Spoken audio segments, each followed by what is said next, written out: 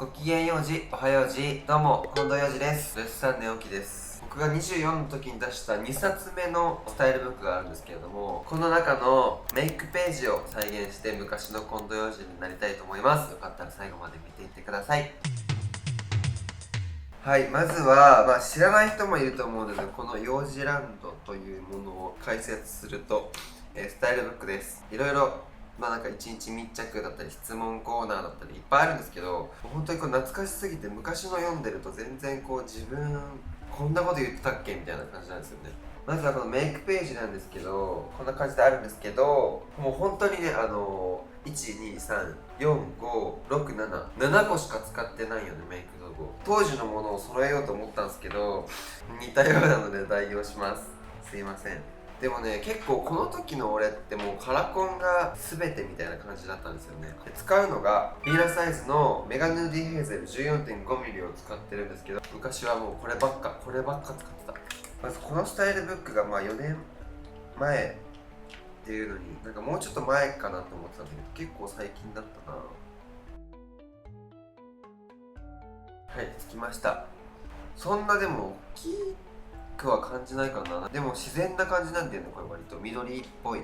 で、その後に下地を塗るんですけど、この時は資生堂のフルメイクウォッシャブルベースっていうのを使ってたんですけど、持ってないので今全然クソ関係ないクッションファンデを塗ります。めっちゃ関係ないよね、ウケるんだけど、じゃあ本当に何もなかったんだって。でもこれで下地とファンデーションを一緒にします。このクッションファンデはアイオペの W23 番 SPF50 の PA3 プラス。パッケージにね、ここにね、幼児って書いてるんですよ。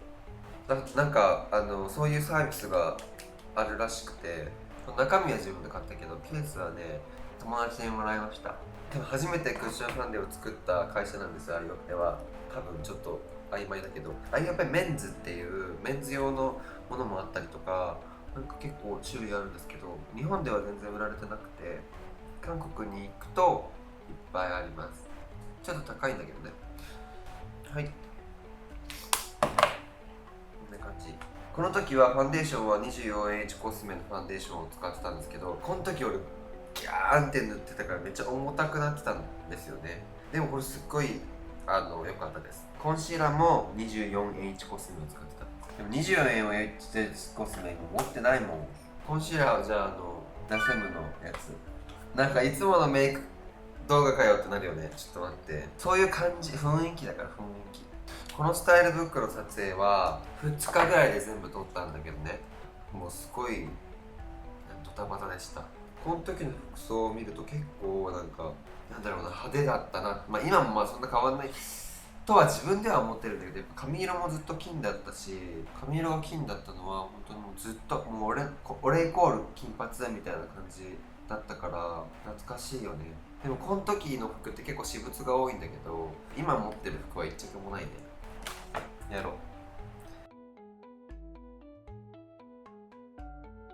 う。でもこの時の眉毛は脱色してたんで金だったんですよ。明るめの眉マスカラ。これは当時も変わらずケイトのデザイニングアイブロウを使います。あ、間違えた。先に眉マスカラしちゃった。まあいいや。これでちょっと乾かしとこう。てかマジ懐かしいよね。自分で言うのもあれかもしれないけど、この時20、21ぐらいかなの時はすっごいギャンギャンに加工したんですよ。写真を顎短くしてなんかコックみたいなのしてたんですよ。だから今検索してみると顎大丈夫ですかみたいな、本当だ空間が歪むぐらいのあれをしてたんですよ。今は全然してないんですけど、若かったなって思う。あの時は。その時はもう本当に写真と顔違いすぎない？めっちゃ言われてた、イベントとか。でも今はちょっと言われるけどなんか昔よりは全然言われなくなった。マネージャーさんとかにも写真に近づいてきたねって言われますし、その時ねメイクが上手くなったのかな、わかんないけど。できます。多分ね、今はこの一番上の色を使ってるんですけど、明るくするっていうことで多分この中間の色を使ってたんだと思う。眉毛も本当に変わらずずっとなんか太眉平行みたいな感じなんだよね。それが自分の目に合ってると思い込んでるんだろうね。どの眉毛が一番合ってるんだろう。でも眉毛の動画を出した時に黄金比みたいなちょっとつり上がったやつの方が似合うよって言ってる人が多くて分かんないんだよね。当時のインタビューみたいな読んでると、人から言われる第一印象は怖いって書いてるね。あの時すごいなんか人見知りプラスとんがってて、マネージャーさんとかには今ほんとだいぶ丸くなったねって言われます。あとはツイッターでどれぐらいつぶやいてるって質問で1日に10回程度があるってつぶやきすぎじゃない今本当に1日1回2回ぐらいしかつぶやかないから10回も何つぶやいてたんだろうね。でもこの時から好きな食べ物は酢豚、チンジャオロース、天津飯、餃子、中華です。今も中華料理好きなんで、そんなの4年で変わらんか、好きな料理なんて。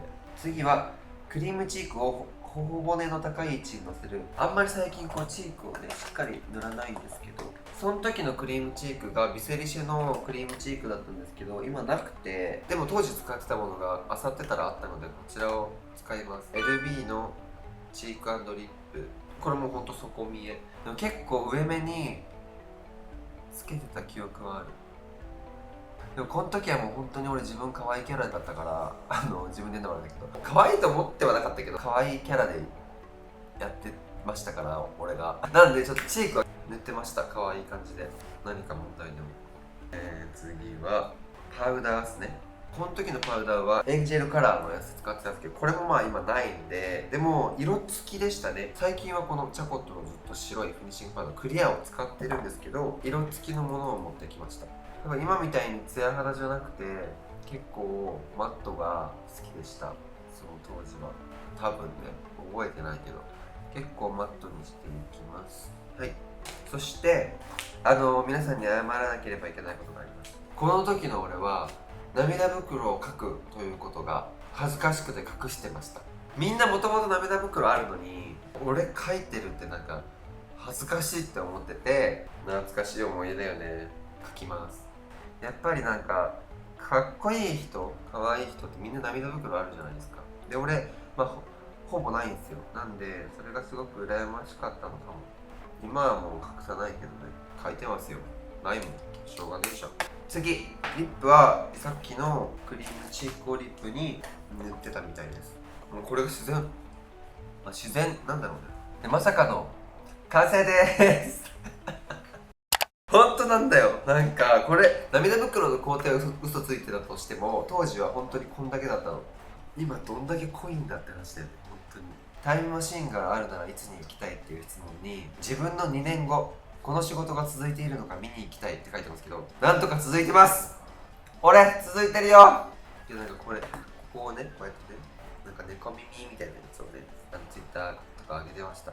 当時の写真はこちらなんですけども、この時は本当に何もワックスとかつけてないんだけど、こうフィンって上がったんですよ。